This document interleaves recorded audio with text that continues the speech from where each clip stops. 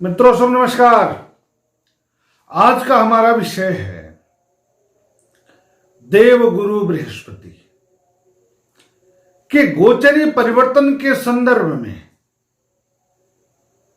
जब गुरु अच्छा तो जीवन में एक सकारात्मक परिवर्तन, गुरु जब खराब तो बहुत हद तक हम नकारात्मकता की तरफ जा सकते हैं। ग्रहों में गुरु की पदवी प्राप्त देवगुरु हैं, गुरु नाम से भी हैं और देवताओं के गुरु भी हैं, देवगुरु हैं। ये उच्च के होंगे तो प्रभाव अलग होगा, ये नीच के होंगे तो प्रभाव अलग होगा। ये अपने घर में होंगे तो प्रभाव अलग होगा। जब गुरु अच्छा, बुद्धि अच्छी तो प्रगति बहुत अच्छी। ऐसे में इनके परिवर्तन का प्रभाव जरूर पड़ेगा हमारे आने वाले जीवन में। क्या प्रभाव पड़ेगा और कहां परिवर्तित हो रहे हैं, इसको समझेंगे आज हम इस वीडियो के माध्यम से। तो देवगुरु बृहस्पति कार्तिक शुक्ल पक्ष पंचमी 19 नवंबर 2020 को दिन में 10:40 के बाद अपनी मूल त्रिकोण राशि धनु को छोड़ करके न्यायाधीश की पदवी प्राप्त कर्म फल प्रदायक ग्रह की राशि मकर में प्रवेश करेंगे। ग्रहों की 3 अवस्थाएं विशेष महत्वपूर्ण होती,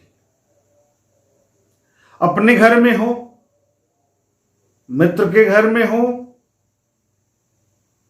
या उच्च राशि में हो या निम्न राशि में हो। उच्च राशि में उच्च फल, उच्च फल का अर्थ यह हुआ कि पूर्ण शुभ फल या पूर्ण अशुभ फल। स्वगृही का मतलब जो भी उनके पास है वो पूरा। उच्च का उच्चता, लेकिन अगर नीच राशि में जा रहे हैं तो अपने फल को पूरा प्रदान नहीं कर पाएंगे, अर्थात निम्नता प्रदान करेंगे, कमी आएगी उनके प्रभाव उत्पादन में। तो यहां ये मकर राशि में जा रहे हैं देवगुरु बृहस्पति, यानी नीच राशि में जा रहे हैं। तो जो इनका पूर्ण फल है उसमें कमी दिखेगी इस अवधि। जैसा कि आप सब जानते भी हैं कि देवगुरु बृहस्पति लगभग 13 महीने एक राशि में गोचरीय संचरण करते हैं, कभी वक्री कभी मार्गी। कभी एक राशि आगे जाते हैं फिर वक्री गति से करते हुए वह पीछे आते हैं। तो सब मिलाकर के वक्री और मार्गी मिलाकर के 13 महीने के लगभग एक राशि में गोचरीय संचरण करते हैं। इस बार ये अपनी राशि धनु से निकल करके 19 नवंबर को शनिदेव की राशि में जाएंगे और मार्गी गति से जाएंगे। और मार्गी कब तक रहेंगे तो 4 अप्रैल 2021 तक वहां पर विद्यमान रह करके संपूर्ण समाज को, सामाजिक व्यवस्थाओं को, संपूर्ण विश्व को प्रभावित करेंगे। कैसा फल रहेगा इसको ही जानना आज का हमारा विषय है। एक बड़ा परिवर्तन है बृहस्पति का। क्यों है? क्योंकि इनका जीवन पर सीधे हस्तक्षेप है, समाज पर सीधे हस्तक्षेप है, व्यक्ति के ज्ञान पर इनका प्रभाव है। और ज्ञान गड़बड़ जीवन गड़बड़, ज्ञान सही तो जीवन सही। इसलिए ज्ञान का आधिपत्य इन्हीं का है और यह गड़बड़ होंगे तो सब गड़बड़ा जाएगा। तो फिर क्या करेंगे? नीच राशि में जा रहे हैं 4 अप्रैल तक के लिए, तो क्या फल रहने वाला है? भारतीय दृष्टिकोण से बात करना बेहद जरूरी है, विश्व के स्तर पर बात करना बेहद जरूरी है, इसमें दो राय नहीं है। अब यहां एक बात स्पष्ट करना चाहिए और आप सब समझ भी लीजिए कि देवगुरु बृहस्पति मकर राशि में जा रहे हैं, वहां पर मजबूत स्थिति में अपने घर के होकर के शनिदेव बैठे हैं। शनिदेव विद्यमान हैं,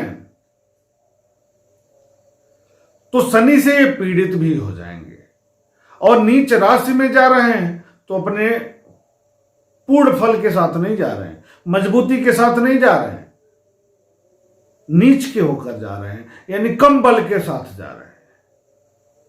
उसके अलावा एक बात और है, राहु की दृष्टि भी पड़ रही है, तो राहु से दृष्टि भी होंगे और यहां शनिदेव के साथ रहेंगे।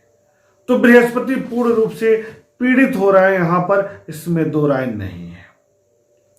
इससे पहले भी हम स्पष्ट किए थे कि जब देवगुरु बृहस्पति पीड़ित हुए थे नवंबर में 19 में, तो हमने कहा था कि समाज में नकारात्मकता का बोध दिखेगा। किस पर प्रभाव पड़ेगा? इनके सारे कार्यकर्ताओं पर प्रभाव दिखेगा। इनके कार्यकर्ता क्या है, इसको जरूर जानेंगे। हम नहीं जानेंगे तो यह जान ही नहीं पाएंगे कि कहां कहां परिवर्तन दिखेगा हमको। तो सबसे पहले क्या है, गुरु भाग्य है। क्यों है?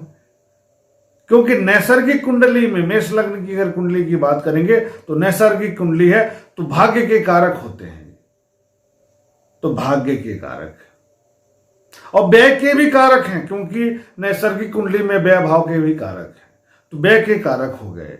विवेक के कारक हैं, बुद्धि के कारक हैं ही।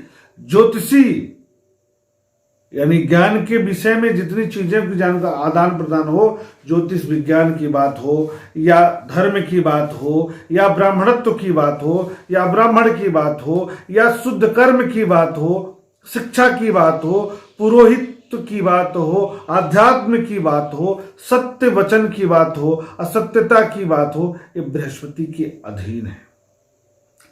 विदेश में घर की बात हो, व्यक्ति कितनी सहायता करने वाला होगा इसकी बात हो, तीर्थ यात्रा की बात हो, नदी के किनारे के स्थान की बात हो, मीठा खाद्य पदार्थ की बात हो, शरीर का जो मांसल हिस्सा है उसकी बात हो, विश्वविद्यालय संस्थान की बात हो, सांप की हो, मंत्र की हो, दाहिना कान की बात हो, नाक की हो, नाक की मतलब हुआ इज्जत की बात हो या नाक की बात हो, स्मृति हो, पदवी, बड़ा भाई, पवित्र स्थान, पवित्र धार्मिक ग्रंथ, पठन पाठन, गुरु, अध्यापक, अध्ययन अध्यापन का पूरा क्षेत्र, बैंकिंग व्यवस्था, शरीर का वह हिस्सा जिसमें मांसलता अधिक हो, यानी यदि व्यक्ति मोटा भी होता है तब उसी स्थिति में जब बृहस्पति का प्रभाव उस पर दिखेगा।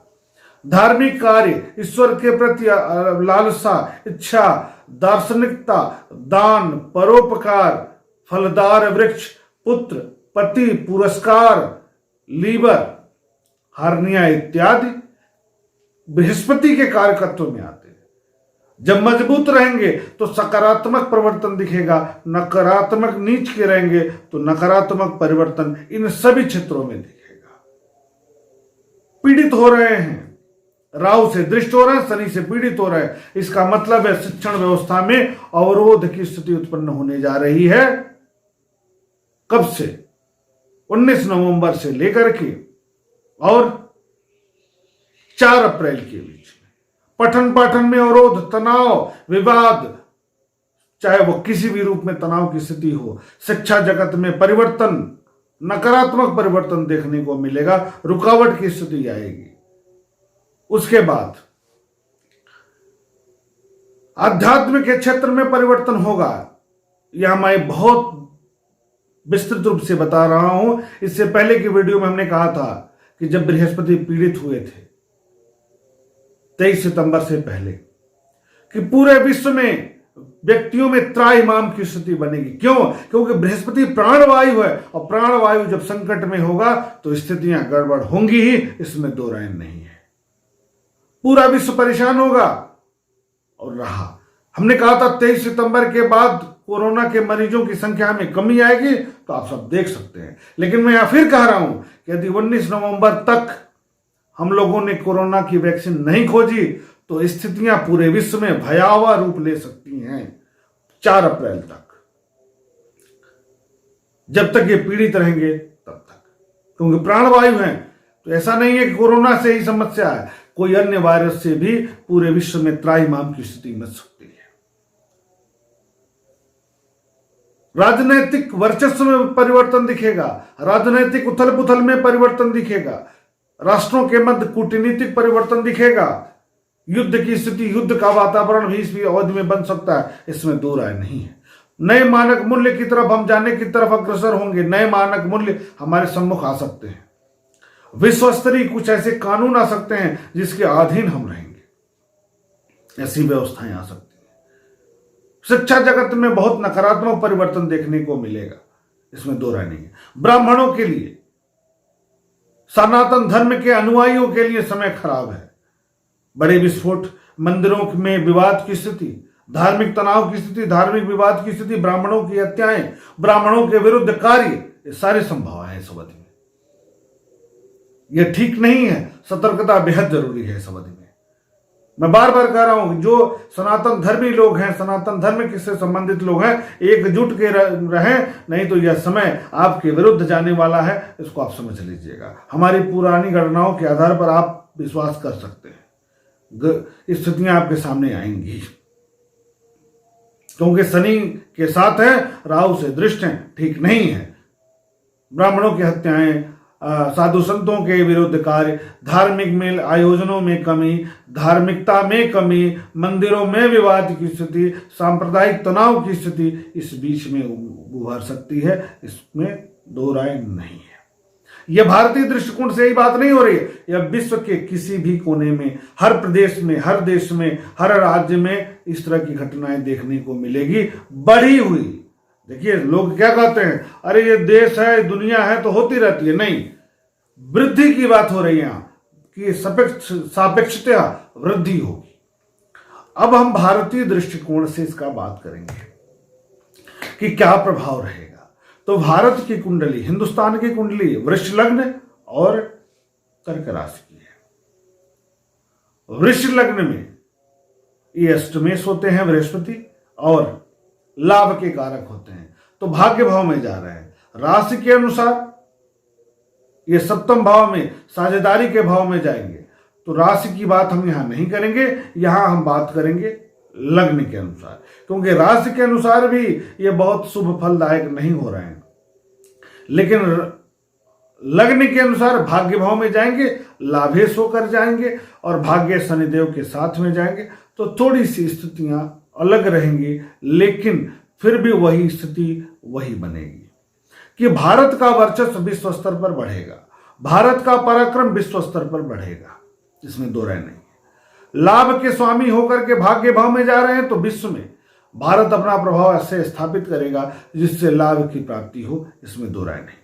लेकिन शेयर बाजार में गिरावट अचानक आप देखिएगा 19 नवंबर के बाद दिखेगी। 19 नवंबर के बाद शेयर बाजार में गिरावट की स्थिति उत्पन्न हो सकती है। अब हम बात करेंगे मित्र राष्ट्रों का सहयोग कैसा रहेगा। तो मित्र राष्ट्रों का सहयोग बिल्कुल प्राप्त होगा। क्यों होगा? क्योंकि तृतीय भाव पर इनकी दृष्टि पड़ रही है, तो तृतीय भाव पर पड़ेगा तो पराक्रम बढ़ेगा, मित्रों का सहयोग बढ़ेगा, इसमें दो राय नहीं है। लेकिन पड़ोसियों से संबंध खराब होंगे, इसमें भी दो राय नहीं। युद्ध या युद्ध जैसी स्थितियां उत्पन्न हो सकती हैं, इसमें भी दो राय नहीं है। कब तक? जब तक बृहस्पति साथ में है, 4 अप्रैल 2021 के मध्य में। लग्न भाव और पंचम भाव पर दृष्टि पड़ने के कारण बौद्धिक शोध, नए अन्वेषण, सामरिक महत्व में वृद्धि जरूर होगी। शनि राहु से पीड़ित होने के कारण वायरस जनित, विषाणु जनित, छोटे जीवों सहित अनेकों अदृश्य कारकों के कारण संपूर्ण भारत सहित विश्व में तनाव की स्थिति उत्पन्न हो सकती है, खतरनाक स्थिति उत्पन्न हो सकती है। संभव है कि यदि 19 नवंबर तक हम कोरोना की वैक्सीन न लाए तो अवरोध की स्थिति जाए और तनाव की स्थिति उत्पन्न हो और कोरोना से मरने वालों की संख्या विकराल रूप में ले ले पूरे विश्व भर में। लेकिन भारतीय दृष्टिकोण से भी कमजोर नहीं है, नकारात्मकता बढ़ सकती है, इसका हमें ध्यान रखना है। विकराल रूप ले सकता है। प्राकृतिक आपदा, बाढ़ की स्थिति, भूकंप, भूस्खलन, चक्रवात सहित अन्य खतरनाक स्थिति या भयावह स्थिति उत्पन्न हो सकती है, इसमें भी दो राय नहीं है। विशेषकर राष्ट्र के दक्षिणी इलाके में क्यों? क्योंकि राहु भी दक्षिणी राशि में है और शनि और बृहस्पति का कॉम्बिनेशन भी, गोचरी संचरण भी दक्षिणी राशि में है। इसलिए दक्षिण पश्चिम, दक्षिण पूर्वी क्षेत्र अवरोधक दिखेगा, तनाव की स्थिति में आएगी। यहां सतर्क रहने की जरूरत है।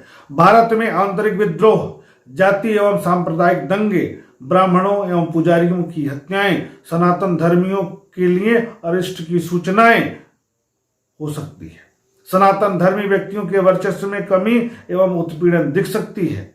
अन्य धार्मिक विवाद की स्थिति भी उत्पन्न हो सकती है। बड़े धार्मिक सनातन धर्म के जो संस्थाएं हैं उस पर बड़े आरोप लग सकते हैं, चाहे वो राम मंदिर ही क्यों ना हो, कि गोरखनाथ पीठ ही क्यों ना हो, कोई न कोई बड़ी संस्थाओं इसके विरुद्ध नई गतिविधियां दिख सकती हैं इस अवधि में।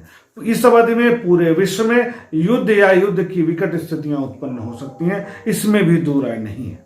अचानक मृत्यु दर में वृद्धि की स्थिति बनेगी, विशेषकर जनवरी 2021 से लेकर के अप्रैल 2021 के मध्य में। लेकिन 19 नवंबर के बाद से स्थितियां नकारात्मकता की तरफ जाएंगी।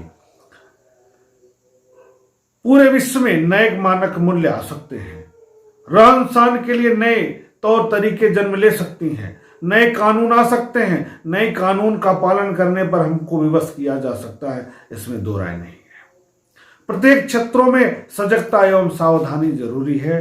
पड़ोसी राष्ट्र पाकिस्तान के लिए यह समय आंतरिक विद्रोह, आंतरिक अशांति, बड़े राजनीतिक व्यक्तित्व की क्षति, अब चाहे वो कला क्षेत्र से हो, चाहे वो राजनीति के क्षेत्र हो, चाहे सेना के क्षेत्र से हो, बड़ी हस्तियों की क्षति दिखेगी इस अवधि में, इसमें दो राय नहीं है। सेना के अधिकारी की अचानक मृत्यु, अचानक यह भी हो सकता है कि सत्ता में परिवर्तन हो जाए, सेना काबिज हो जाए, इसमें भी दो राय नहीं है। सामाजिक विभाजन की, सामाजिक विद्रोह की स्थिति पाकिस्तान में उत्पन्न हो सकती है, इसमें भी दो राय नहीं है। इस प्रकार सतर्क रहना है।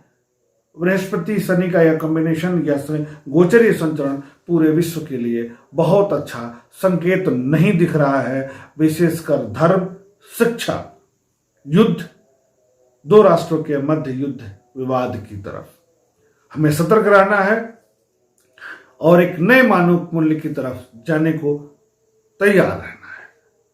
ईश्वर करे कि ऐसा स्थिति न आए, आप सभी खुशहाल हों, आप सभी के जीवन में, हम सभी के जीवन में, हमारे भारत के लिए यह समय नए उन्नति का बोध कराने वाले हो। फिर भी सतर्कता बेहद जरूरी है। फिर हम मिलेंगे अगले वीडियो के माध्यम से। लग्नों के अनुसार क्या प्रभाव स्थापित करेंगे यह परिवर्तन। तब तक के लिए शुभ नमस्कार।